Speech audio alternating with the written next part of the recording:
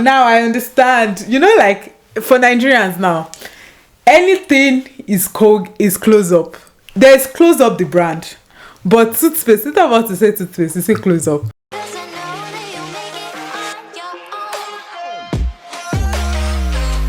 Hello guys, welcome back to Life Clue. My name is Ruth Agbeke. If this is your first time seeing this beautiful face, thank you so much for clicking on this video. Please make sure you subscribe and click the like button if you enjoyed this video. And if you're a returning subscriber, thank you once again for watching my videos. Please don't forget to click the like button. Thank you again. And today I'm back again with another reaction video. I'm going to be reacting to UK versus US versus Australia versus South Africa English. I believe it's about how they pronounce word. And since they refuse to add a Nigerian to it, I'm going to insert myself into this conversation. In case you don't know, Nigerians speak British language. I say British language, oh my god. Nigerians speak British English because we were colonized by the British or by Britain. By British. And I think South Africa was colonized by British and Dutch. I'm very sure. I'm not sure, but they in a way they also speak they speak British English if I think so. Yes, they do speak British English. If I'm right, I'm right. I know I'm right. So now let's get straight into this video. I'm going to scoop to the left. Is it left or right? Whichever one. I'm going to scoop to the left or right, and let's watch this video together.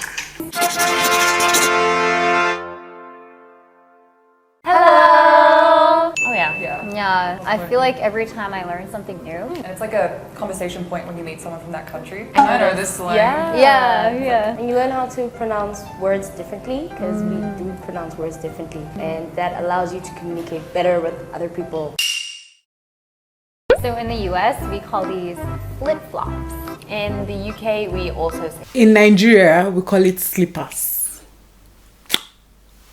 Flip-flops. In Australia, we call them thongs. They are flip-flops. Thongs? Is that not pants? What? Tongues? Are you serious? I never knew that. Wow. Flip-flops? Yeah, flip-flops. But the thing is, right, we have so many languages in South Africa. So we use some of our native language to describe some of the words. So can I say what we would actually say? We say pata pata. Those are pata pata. That's cool. Pata pata. It wants to sound like butter. In my language, it's called butter. Slippers. Pata pata. Actually, butter is shoe. So slippers, so pata pata. So pata pata, that's cool. That's one thing I appreciate about let's say South Africa. Like when they are speaking English, I don't think they can speak English directly. I don't think they can speak straightforward English. They have to mix it to their language one way or the other. And same thing with actually Nigerians. Some Nigerians, if they can speak their language, if they mix it. Someone like me now, if I'm trying to describe something to you, I already mixed it with my language. I've already mixed it in my language. Unless if I'm in a professional area. But if I'm talking to friends, I already mix it with my language. Wow, that's cool. Pata pata. But thongs? Ow, how did we get there? Hey.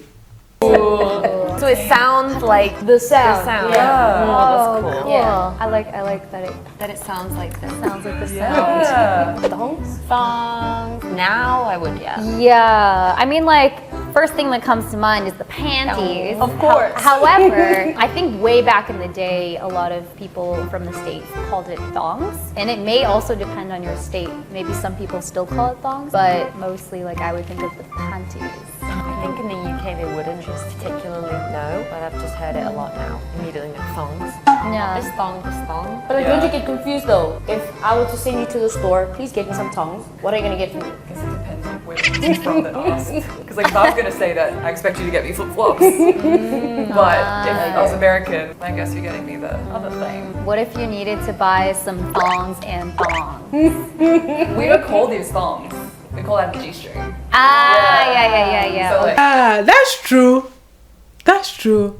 G-strings. I think in secondary school, for girls, we call it G-strings. Yeah, we actually call it G-strings in my secondary school. I don't know what every other Nigerians call it, but G-string in my secondary school. Then when I left the country, I started calling tongues. But do I still call it? I don't know. What do you guys call it? Do you call it G-strings? If you don't know what I'm talking about, I'll try and display the picture here.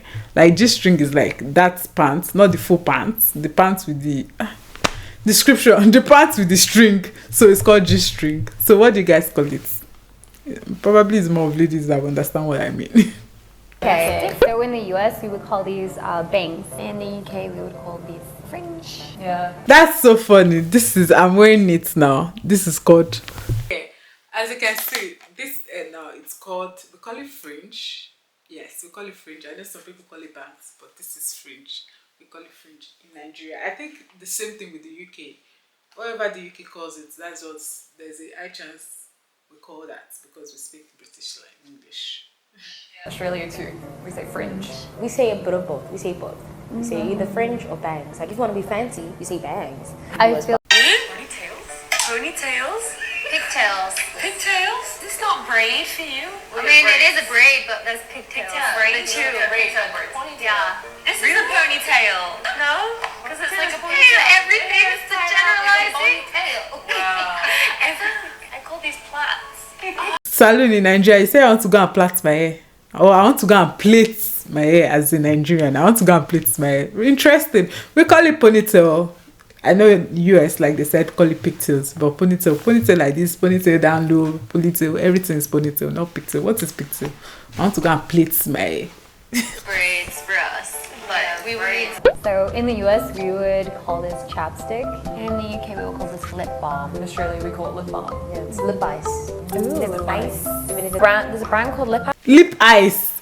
Me ò gbọ́ rẹ̀ rí. I've not heard of that one before. Lip ice. No, we call it lip balm in Nigeria. Lip balm. No, what is lip ice? Using soft lips or whatever, it's still lip ice. When I hear lip ice, I would think of those, Oh, now I understand. You know, like for Nigerians now, anything is close up. There's close up the brand, but toothpaste. It's not about to say toothpaste. You say close up. So close up can be Colgate. Close up can be Sensodyne. Everything is close up. So yeah, instead of toothpaste, you say close up. And the same case for soap, washing soap. We call it Omo. It can be Ariel soap or it can be Tide. Omo is Omo. off lips or whatever. It's still lip ice. When I hear lip ice, I would think of those, chapstick or lip balm that would feel icy, like the minty ones. I think a lot of people also just call everything Vaseline. Like amongst my age, because we were really into Vaseline, so we just kind of called them all Vaseline. Would you use Vaseline on your lips as well? Oh yeah, in secondary school, Vaselines. Like I'll try and put a picture of what they're talking about. Vaselines. Yeah, not the regular Vaseline, but there's a particular type of Vaseline for the lips, like a thin kind of ish. So the US, we would call these pants. In the UK, we would call these trousers. In Australia, we call them pants. Pants. That word brook is not something I would say because I'm not Afrikaans. So we just say pants. Interesting. For Nigerians, they say pants. We say pants. I call it pants. Pants. Sorry, what am I saying? Pants is the underwear. Pants. Trousers is what we call pants. So yeah. What's what? Hurry up. Here in the US, we would say swimsuit. In the UK, we would say swimming costume or posy for short. In Australia, we usually call those bathers or swimsuits, but bathers. We say swimming costume. It's so long when you think about it. We actually call it swimming costume because I remember in secondary school when they give you a list of the things to buy when coming to school, we call it swimming costume. Yeah. So it's when I left Nigeria, that's when I started saying bathing suits. Yeah. Yeah, swimming costume. Yeah. Swimming costume. Yeah. I like cozies. I didn't know about cozies. Use that word. I think maybe a lot of people wouldn't from the States. We don't hear that word often, so maybe it would be a little confusing unless they are like influenced by other countries. In the US, we would say sweater, I guess. In the UK, this in particular would be a sweatshirt, or the knitted ones we would call jumpers. We would specify the sweatshirt or jumper, depending on the material. In Australia, we call this a jumper. In South Africa, we just call this a jersey. Jersey. Oh, jersey. Jersey. Interesting. No, in Nigeria we call this a sweatshirt or sweater. Actually, we actually call everything sweater, whether knitted or no knitted or netting. As long as it's meant for the cold, it's called a sweater. Yes. Because jersey is like the sports jersey. Exactly. Like jersey is a different material. Something's warm. Whatever you can find, put it up. I never knew that. But of course, I know the sweater. Oh, yeah, sweater. So in the US, we would call these popsicles. In the UK, we would call these ice lollies. In Australia, we call them icicles. Well, in South Africa, a lot of us would call this ice cream. Even though it's not ice cream, I know it's an ice lolly, but we would say ice cream. Same thing in Nigeria, we call it ice cream. So I remember it was when I got to St. Vincent. If you don't know what I said, what Jesus? If you don't know where St. Vincent is, St. Vincent is a Caribbean island, so they are more influenced by the, I think, American. I don't know. I'll write it down below if it. So they call it popsicle there, but we call it ice cream. Any form, ice cream or ice cream, fan yogo, fan something, everything ice cream. Don't ask me question. Cool. It's totally different in the States. Like ice cream would be like a bowl of ice cream, and then a popsicle would be the one on the stick. Because it's even made with like different ingredients. Ice cream made with cream and ice lollies. I don't know, what do they put? Fruit? I guess it depends. Yeah. Yeah. Icy pole is interesting. Icy pole, yeah. Yeah. Icy pole. Icy pole. It's on a pole. And it's icy. Yeah. We have another. In the US, these are just markers. In the UK, maybe I'm old. I would say like this is either a whiteboard pen or a permanent marker pen. So I guess we would say marker, but usually we would say like either a whiteboard pen or a permanent marker pen. I don't know why we like making everything really long, but usually we would specify which one it is. In Australia, we call these texters. Texters? I don't know why, but yeah. Making text. Maybe. That's smart. Well, in South Africa, we call them cookies. Cookies. But I think it's derived from like Afrikaans word, cookie. Cookies. Sounds so cute. I've never heard that before. Interesting, cookies. Yeah, like the British person or the UK person said. Is it that permanent marker, whiteboard marker, but we call it markers? Or some people call it Sharpies. I don't know. Yeah. Cookies. Interesting. Oh, what did that one say? Texas. Hey. It's like all the like marker pens is cookies. Actually, the more thinner ones, we call them cookies. But we still call these ones cookie, even though some people would say whiteboard marker. Majority, it is cookie. In the US, we say sidewalk. In the UK, we would say pavement. In Australia, we call this a footpath. In South Africa, we would also say footpath or pavement. We also have In Nigeria, we say pavements. I think for South Africans, they mix everything together. Is that they derive their own or they choose which one they want to pick out of whichever country? path, but it means something else. Usually it's like public footpath, so like hiking, but kind of like hiking and you would walk through the countryside. True, So true. We would call it a Footpath. Like trails. Trails, yeah. So yeah, so it's not like a pavement, it's more countryside kind of thing. I always hear sidewalk, walk on the sidewalk, don't walk on the road. But yeah, footpath never.